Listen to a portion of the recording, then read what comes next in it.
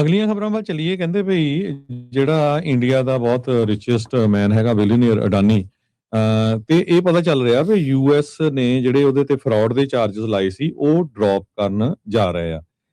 $250 million ਦੀ ਉਹਨ ਬਰਾਈਬ ਦਿੱਤੀ ਸੀ Indian government officials ਨੂੰ, ਆਪਣੇ ਜਿਹੜੇ ਹੋਰ ਬਿਜ਼ਨਸ ਆ ਉਹਨਾਂ ਨੂੰ ਐਕਸਪੈਂਡ ਕਰਨ ਦੇ ਲਈ। ਗੌਤਮ ਅਡਾਨੀ, ਜਿਸ ਨੂੰ ਰਿਚੈਸਟ ਮੈਨ ਕੱਲਾ ਇੰਡੀਆ ਦਾ ਨਹੀਂ ਏਸ਼ੀਆ ਦਾ ਮੰਨਿਆ ਜਾ ਰਿਹਾ। ਇਹ ਸਾਰਾ ਕੁਝ ਕਿਵੇਂ ਵਾਪਰਿਆ? ਕਿਉਂਕਿ ਉਸਨੇ ਪ੍ਰੈਜ਼ੀਡੈਂਟ ਡੋਨਾਲਡ ਦਾ ਇੱਕ ਪਰਸਨਲ ਅਟਾਰਨੀ ਜਿਹੜਾ ਆ ਉਸ ਨੂੰ ਹਾਇਰ ਕੀਤਾ, ਤੇ ਕਹਿੰਦੇ ਭਈ ਇੱਕ ਅਨਡਿਸਕਲੋਜ਼ਡ ਮੀਟਿੰਗ ਹੋਈ ਅਪ੍ਰੈਲ ਮਹੀਨੇ ਦੇ ਵਿੱਚ ਜਸਟਿਸ ਡਿਪਾਰਟਮੈਂਟ ਦੀ, ਤੇ ਟਰੰਪ ਉਹਨਾਂ ਦਾ ਜਿਹੜਾ ਪਰਸਨਲ ਵਕੀਲ ਹੈਗਾ ਆ, ਪਰਸਨਲ ਜਿਹੜਾ ਉਹਨਾਂ ਦਾ ਲਾਇਰ ਆ, ਉਹਦੇ ਨਾਲ ਰੋਬਰਟ ਜੀ ਜੂਫਰਾ ਜੂਨੀਅਰ, ਤੇ ਉਹਦੇ ਵਿੱਚ ਜਸਟਿਸ ਡਿਪਾਰਟਮੈਂਟ ਨਾਲ ਕਹਿੰਦੇ ਵੀ ਇਹ ਡੀਲ ਚੱਲ ਰਹੀ ਆ ਵੀ ਉਹ $10 ਬਿਲੀਅਨ ਯੂਐਸ ਦੀ ਇਕਨੋਮੀ 'ਚ ਇਨਵੈਸਟ ਕਰੂਗਾ, ਜਿਹਦੇ ਨਾਲ 15,000 ਜੌਬਾਂ ਕ੍ਰੀਏਟ ਹੋਣਗੀਆਂ, ਤੇ ਜੇ ਜਿਹੜੇ ਪ੍ਰੋਸੀਕਿਊਟਰਸ ਆ ਉਹ ਚਾਰਜ ਕਰ ਦੇਣਗੇ। ਇਹ ਨਿਊਯਾਰਕ ਟਾਈਮ ਤੇ ਬਲੂਮਬਰਗ ਦੋਨੋਂ ਹੀ ਰਿਪੋਰਟ ਕਰ ਰਹੇ ਹੈਗੇ ਆ। ਜੋ ਆ ਉਹਨਾਂ ਨੇ ਇਹ ਕਿਹਾ ਵੀ 100 ਸਲਾਈਡ ਦੇ ਕਰੀਬ ਉਹਨਾਂ ਨੇ ਪ੍ਰੈਜੈਂਟੇਸ਼ਨ ਦਿੱਤੀ ਜਸਟਿਸ ਡਿਪਾਰਟਮੈਂਟ ਨੂੰ ਇਸ ਕੇਸ ਦੇ ਸਬੰਧ ਦੇ ਵਿੱਚ।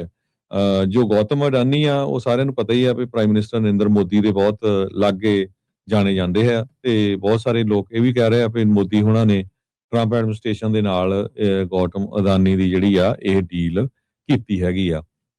ਸੋ ਲੱਗਦਾ ਜਿਹੜੇ ਬਿਜ਼ਨਸਮੈਨ ਆ ਅਲਟੀਮੇਟਲੀ ਜੋ ਮਰਜ਼ੀ ਕ੍ਰਾਈਮ ਕਰ ਜਾਣ ਤੇ ਉਹ ਜਸਟਿਸ ਖਰੀਦ ਹੀ ਲੈਂਦੇ ਹੈਗੇ ਆ। ਸੋ ਜੋ ਅਟਾਰਨੀ ਜੇਫਰਾ ਆ, ਕੋ-ਚੇਅਰ ਹੈਗਾ ਸੁਲੀਵਨ ਤੇ ਕਰੋਮਵੈਲ, ਇੱਕ ਨਿਊਯਾਰਕ ਦੀ ਬਹੁਤ ਵੱਡੀ ਫੁੱਲ ਫਾਰਮ ਹੈਗੀ ਆ, ਸੋ ਉਸ ਨੂੰ ਇਸਨੇ ਹਾਇਰ ਕੀਤਾ ਸੀ।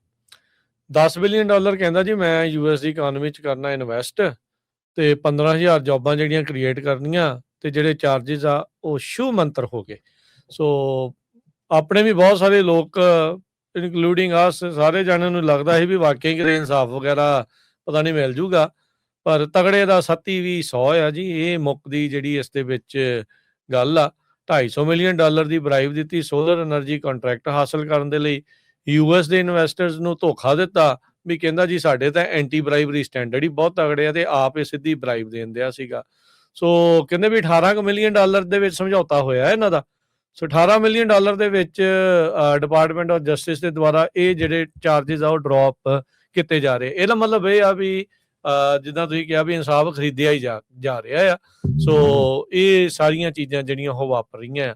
ਸੋ ਹੁਣ ਇੱਥੇ ਕੀ ਚੀਜ਼ ਜਿਹੜੀ ਉਹ ਰਹਿ ਜਾਊਗੀ? ਅਕਸਰ ਆਪਾਂ ਦੇਖਦੇ ਹਾਂ ਵੀ ਕਹਿੰਦੇ ਵੀ ਅਮਰੀਕਾ ਨੇ ਬਾਂਹ ਮਰੋੜਤੀ ਇੰਡੀਆ ਦੀ, ਵੀ ਅਡਾਨੀ ਨੂੰ ਵੀ ਜਿਹੜਾ ਉਹ ਪਾ ਲਿਆ, ਪਰ ਇਹ ਬਚਾ ਫਿਰ ਕਿੱਦਾਂ ਗਏ? ਫਿਰ ਇਨਸਾਫ ਵਾਲੀ ਗੱਲ ਕਿੱਥੇ ਜਿਹੜੀ ਉਹ ਰਹਿ ਜਾਂਦੀ ਆ? ਸੋ $18 ਮਿਲੀਅਨ ਦੀ ਜਿਹੜੀ ਡੀਲ ਬਣਾ ਕੇ ਫਰਾਡ ਦੇ ਐਲੀਗੇਸ਼ਨ ਆ ਉਹ ਸੈਟਲ ਕੀਤੇ ਜਾ ਰਹੇ ਆ। ਇਹ ਕੋਈ ਪਹਿਲਾ ਨਹੀਂ, ਇਹ ਕੋਈ ਅਖੀਰਲਾ ਨਹੀਂ। ਇੱਦਾਂ ਦੇ ਅਡਾਨੀ ਵਰਗੇ ਤੇ ਹੋਰ ਇੱਥੇ ਅਮਰੀਕਾ ਦੇ ਵਿੱਚ ਵੀ ਬਥੇਰੇ ਨੇ ਜਿਹੜੇ ਇਸ ਤਰੀਕੇ ਦੇ ਨਾਲ ਕਰ ਰਹੇ ਆ। ਹੁਣ ਤੁਸੀਂ ਇੱਕ ਉਦਾਹਰਨ ਮੈਂ ਤੁਹਾਨੂੰ ਦਿੰਦਾ ਵੀ ਟੈਕਸਸ ਦੇ ਵਿੱਚ ਇੱਕ GOP ਦਾ ਬੰਦਾ ਸੀਗਾ, ਉਹਦੇ ਉੱਤੇ ਬੜੇ ਘਿਨਾਉਣੇ ਚਾਰजेस ਸੀ ਬੱਚਿਆਂ ਦੇ ਨਾਲ ਜਿਸਮਾਨੀ ਸ਼ੋਸ਼ਣ ਕਰਨ ਦੇ, ਤੇ ਕਿਉਂਕਿ ਉਹ ਸੇਮ ਪਾਰਟੀ ਦਾ ਬੰਦਾ ਸੀਗਾ, ਤੇ ਉਹਦੇ ਉਲਟ ਜਿਹੜੇ ਉੱਥੋਂ ਦੇ ਅਟਾਰਨੀ ਜਨਰਲ ਨੇ ਸਿਰਫ 6 ਮਹੀਨੇ ਦੀ ਉਹਨੂੰ ਸਜ਼ਾ ਜਿਹੜੀ ਉਹ ਮੰਗੀ ਆ, ਉਹ ਉਸ ਦੇ ਵਿੱਚ ਜਿਹੜੀ ਉਹ ਦਵਾਈ ਆ ਇੱਕ ਦੂਜੇ ਦੀ ਬੈਕ ਸਕ੍ਰੈਚ ਕਰਨਾ, ਤੇ ਇੱਕ ਦੂਜੇ ਨੂੰ ਤਗੜੇ ਨੇ ਤਗੜੇ ਨੂੰ ਜਿਹੜਾ ਉਹ ਬਚਾਉਣਾ। ਉਹ ਗੱਲਾਂ ਜਿਹੜੀਆਂ ਉਹ ਇਸ ਦੇ ਵਿੱਚ ਸਾਹਮਣੇ ਜਿਹੜੀਆਂ ਆ ਰਹੀਆਂ ਆ। ਸੋ ਡਿਪਲੋਮੈਟਿਕ ਰਿਲੇਸ਼ਨਸ ਇਹ ਕਿਹੜੇ ਪਾਸੇ ਵੱਲ ਨੂੰ ਤੁਰੇ ਆ, ਜਦੋਂ ਆਪਾਂ ਨੂੰ ਪਤਾ ਵੀ ਭਾਰਤ ਦੇ ਪ੍ਰਾਈਮ ਮਿਨਿਸਟਰ ਦਾ ਖਾਸਮ ਖਾਸ ਗੌਤਮ ਅਡਾਨੀ ਦੇ ਉੱਤੇ ਜਿਹੜੇ ਚਾਰजेस ਸੀਗੇ ਉਹ ਹੁਣ ਡ੍ਰੌਪ ਹੋਣ ਜਾ ਰਹੇ ਆ। ਯਾਦ ਹੋਣਾ ਅਰਜੋਤ ਸਿੰਘ ਜੀ, ਜਦੋਂ ਇਹ ਮਾਗਾ ਤੇ ਮੀਗਾ ਕਰਕੇ ਤੇ ਮੇਗਾ ਕਰਕੇ ਕਹਿ ਕੇ ਗਿਆ ਸੀਗਾ ਆਪਣਾ ਮੋਦੀ ਇੱਥੇ ਆਇਆ ਸੀ ਅਮਰੀਕਾ 'ਚ, ਤਾਂ ਉਦੋਂ ਉਹਨੂੰ ਗੌਤਮ ਅਡਾਨੀ ਬਾਰੇ ਸਵਾਲ ਪੁੱਛਿਆ ਗਿਆ ਸੀ, ਜਵਾਬ ਤਾਂ ਉਹਨੂੰ ਕੋਈ ਦੇਣਾ ਨਹੀਂ ਆਇਆ। ਔਰ ਇੱਦਾਂ ਕਹਿ ਸਕਦੇ ਆ ਵੀ ਜਿਹਨੂੰ ਕਹਿੰਦੇ ਵੀ ਇਹ ਜਿਹੜਾ ਫਕੀਰ ਆਦਮੀ ਝੋਲਾ ਉਠਾ ਕੇ ਚੱਲ ਪੜੇਂਗੇ, ਇਹ ਬੈਗ ਕਹਿੰਦੇ ਵੀ ਫਿਰ ਲੱਗਦਾ ਵੀ ਇਸੇ ਦਾ ਹੀ ਲੈ ਕੇ ਆਇਆ, ਤੇ ਇਵੈਂਚੁਅਲੀ ਜਿਹੜੀ ਡੀਲ ਡੂਲ ਆ ਉਹ ਉਹਨਾਂ ਨੇ ਹੁਣ ਕਰਵਾ ਲਈ ਆ।